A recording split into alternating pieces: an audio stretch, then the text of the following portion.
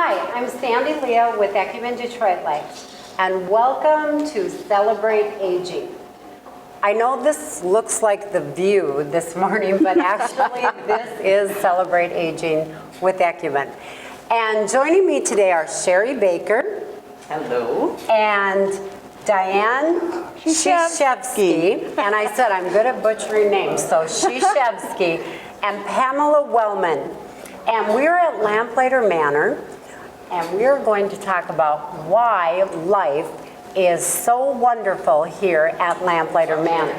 So I think we'll start with you, Sherry, because you and I have talked about this for the past couple of years.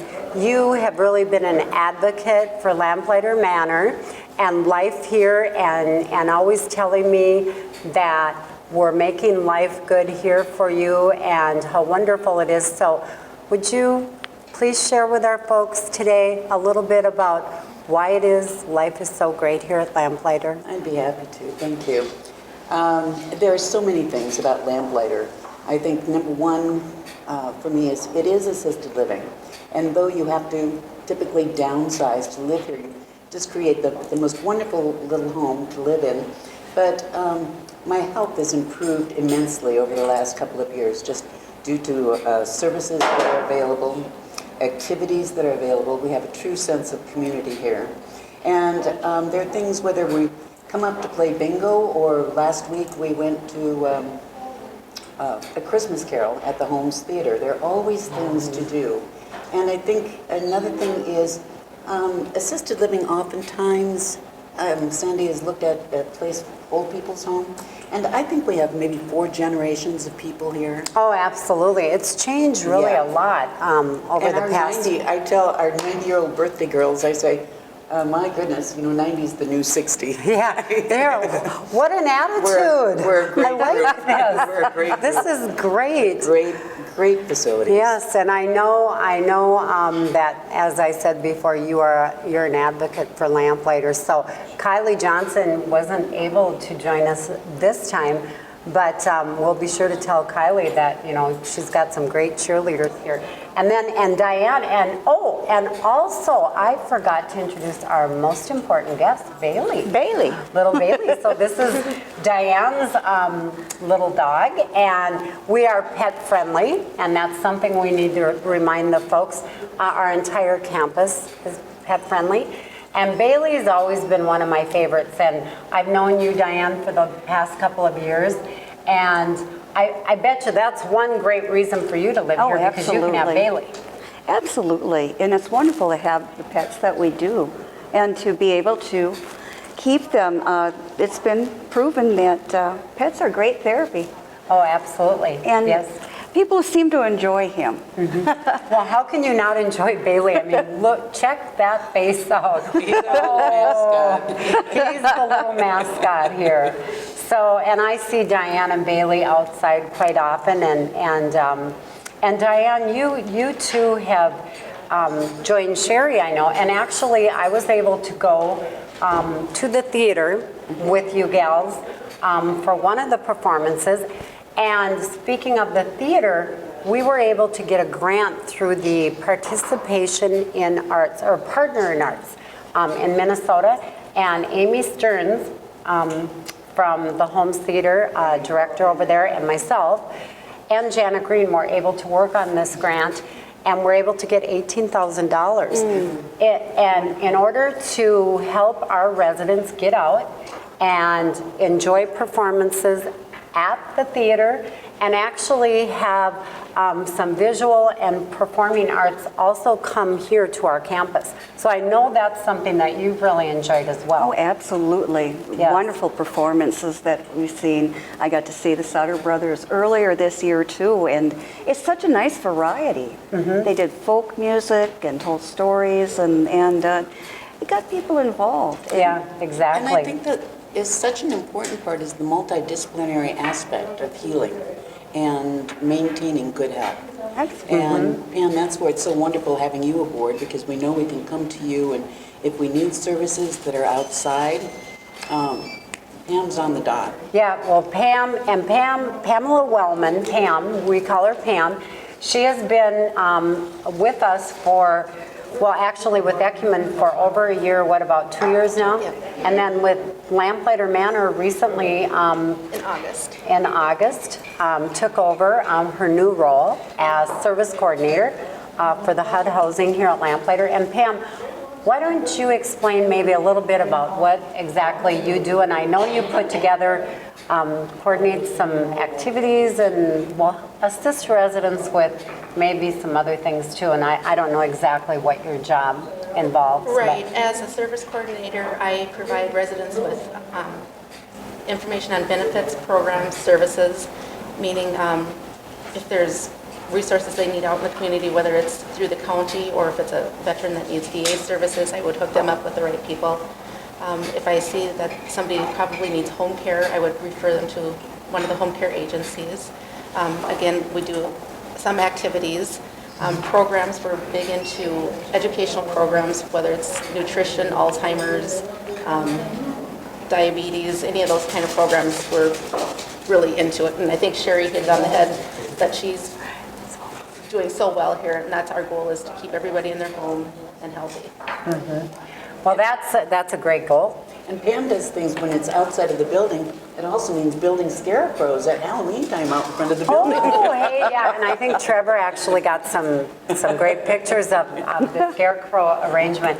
And you gals had something to do with that too, didn't you? We did, but Yeah. Pam was the brains in the brawn. Oh, yeah. Okay, oh, And we okay. did a Halloween party too. and That's right. Decorations Oh. and had help with the staff. And Diane, it was you were really just a behind blast. that, you bet. Well, I know that I've come over a few times and there's been some different things going on. I know, I cannot think of the name of that group.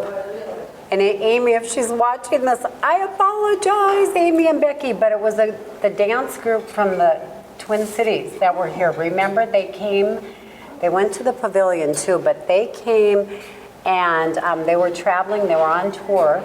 They were here, I want to say last spring. And they came into this beautiful, huge dining room that you have and did kind of a workshop. Yes. So that was wonderful. So I know that you bring and help coordinate activities that are external. People from the outside come in and bring music. And we have volunteers within. Volunteers within. Donna Zimmerman does exercise that we can participate with her. The and Tai Chi. Tai Chi. Tai Chi. And there are just so many, Diane volunteering for the Halloween. There are so many people that are volunteers. And again, it shows the sense of community. And I think because we all feel safe, we have 24/7 nursing available. Sure. And that makes a difference as far as, how far you're willing to push yourself, which probably I know I wouldn't do if I were still in my own home. Absolutely, and this is a secure building also. Very secure, So, yes. and Lamplighter, I know there's been remodeling over the years. Kylie came up with a really cool idea and had pictures made. Well, actually, I kind of helped her. We went to the museum and picked out photos, and then she had those recreated and has hung photos all over on the second floor of old Detroit lakes over the years. The downtown area, the Fireside Restaurant, the gas stations, everything. So that people who have lived here forever, and even if they haven't, can enjoy these photos. So that's really neat. And Pam, are there some other, I know you guys have social hour over here, correct? Right. And wine tasting. Wine. Well, wait a minute. Oh, whoop. Who's going to get a hold of me the next time here? Oh, You'll get one. okay. No RSVP needed. We do have some activities coming up. This Friday, we have the holiday celebration up in this room. All the residents are more than welcome to come. There'll be snacks and goodies and some Christmas music. And then Okay. Monday, we're doing a white elephant gift exchange at 2 o'clock. Ah, that's fun. Yeah. It is. And then Tuesday, You had decorating last week. I don't know where my notes are. Okay, so yay, got notes.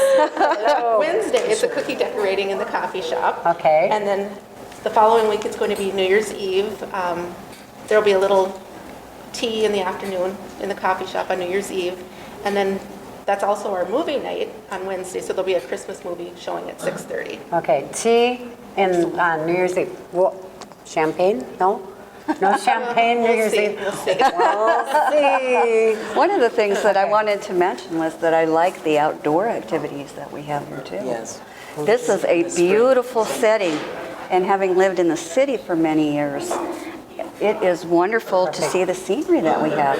Yes. When you look out the windows here and you see the pines and you see the trees and you see the younger people. We have the high school right across the street. I can watch the football games from my window. Isn't that, yeah, it's like Friday Night Lights, you have a room with a view, so, and Bailey probably likes the outside Oh, too. he is enjoys so it. adorable, I can hardly stand how cute he is. He is so cute.